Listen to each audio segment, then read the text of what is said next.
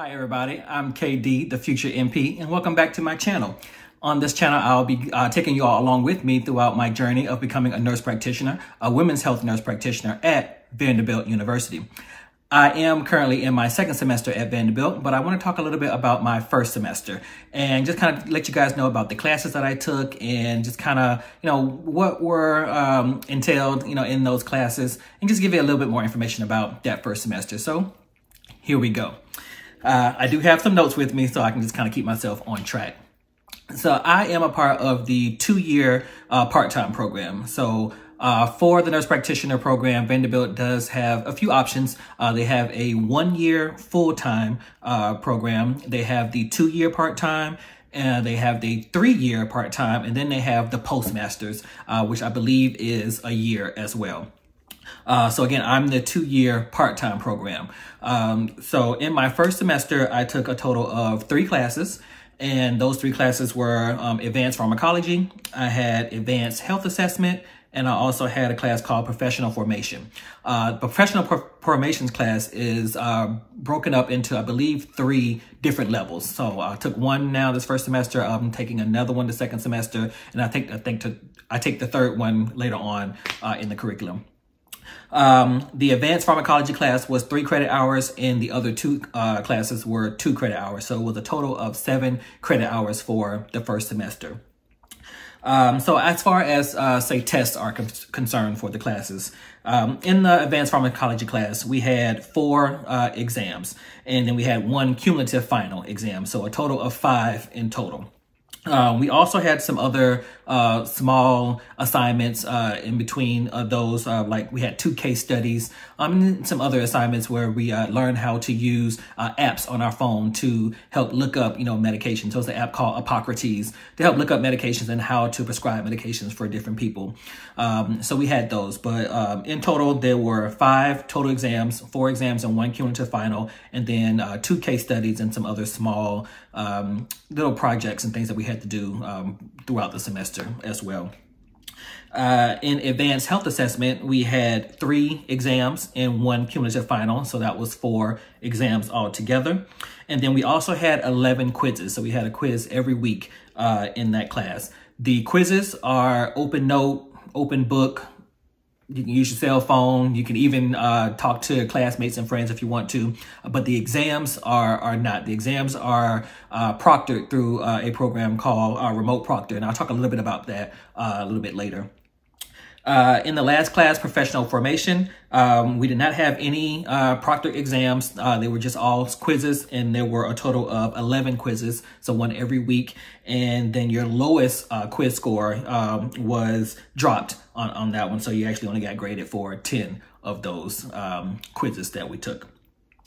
As I said, that this program is all online. So I'm here at home in my home office doing this program. I am not on campus at Vanderbilt doing this program. So during that first semester, there were some times where I did have to have Zoom classes, just log into Zoom and do some classes. And that was in my pharmacology class for those case studies. So with those 2 case studies, they were actually with some other students and our professors. We had to come prepared and do kind of some pre-work, and then we would discuss it and talk about it, and then you would finish up the assignment and submit it later.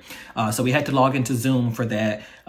We knew at the beginning of the semester, once we got the syllabus of when that was going to be and the times of those, and I believe there are about 2 hours, 2.5 hours for that. So if you're working doing that, doing this program, at least you know at the beginning of the semester the exact date and time of when you have to log into those Zoom classes so that you can make sure that you're, off of work, or that you at least, have the ability to be able to step away from work. You can log into your phone, so you didn't have to be, at home in front of a computer. There were many students that were on their cell phones. You could tell they were in their cars doing the online class. So as long as you came prepared, you got a chance to discuss, some things here and then you participated, then you would turn in the full assignment later on. So they were really lax about it. It wasn't anything that was strict. Like I said, people were in their cars, but you did have to turn your camera on whenever we were discussing things. So that is the one thing. You couldn't be, in your pajamas, or you did, have your camera off. You had to have your camera on. So that was it. That was the only class that I had to have Zoom meetings for, and it was just 2 of those that we had. That was it. So going back to the exams, like I say, the exams are proctored. So we use a program called Remote Proctor, and you have to download it onto your computer, and it actually costs, I believe it was like $175. I could be wrong, but I believe it was like $175. And you actually have a professor that is going to proctor the exam, so you are watched on your computer. So you have to have a computer that has either a camera attached to it, or you can hook up a webcam to it. But you are being watched while you are taking your exam to make sure that you're not cheating.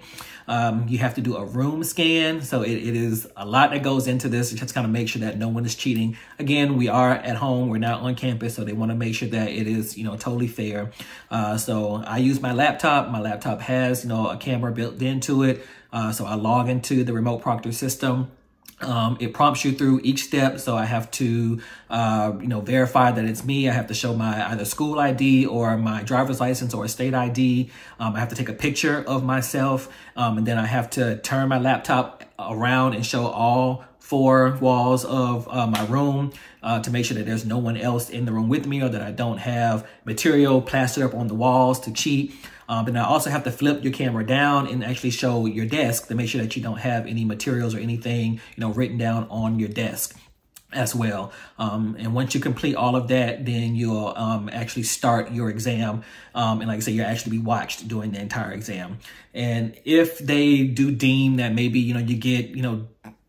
you get dinged for something, you will get an email stating, what you kind of got dinged for. I did get dinged twice. One time I did my room scan too fast, so I got dinged for that. So you'll get an email, and then you just, kind of talk to your instructor. You can, your professor, email them, just say, hey, I got dinged. Is there anything I can do? You are allowed to use a whiteboard doing your exams as well. So you have to show that to the camera. You have to show a clear whiteboard to begin with. And then if you use it throughout the process, you have to make sure that you erase it at the end of your exam, and then show a fully clear whiteboard at the end as well. Again, that's to make sure that no one is writing down questions or answers to, tell other classmates. So you have to show a clear whiteboard to begin with and a clear whiteboard at the end. I got dinged for that one time. I showed the whiteboard at the beginning, and it was my very first exam. I showed the whiteboard at the beginning, but I forgot to show it at the end, so I got dinged for not showing the whiteboard. So small things like that, but the professor will be able to see the exact, video clip of where you got flagged or dinged. And like I said, if there was no issues for it, I didn't have to go to the, counts or anything. Obviously I didn't get kicked out of school or anything like that. So, but it is some anxiety in that if you've never used it before, if you never had that happen. So just get prepared for that. You will be monitored and watched during your exams. And there is a little bit of a process of things you have to do before you can even start your official exam. But that's just a little bit of information about that first semester in the classes that I took. Again, I'm in the 2-year part-time program, so I only took 3 classes on that first semester. And it was a total of 7 credit hours. So the second semester that I'm in now, I'm taking 2 classes, and they are a total of 6 credit hours, so 3 and 3. And I'll put up another video explaining more about this second semester and the classes that I'm taking, and just kind of going through that. So if you have any questions or anything about the first semester, about the program, definitely hit it down in the comments. Make sure you like, subscribe, hit that ding button, that ding bell, so that you guys can know anytime I put up a video. And I'll see you guys again soon. Again, I am KD, the future MP, and thank you for coming on this journey with me. Bye.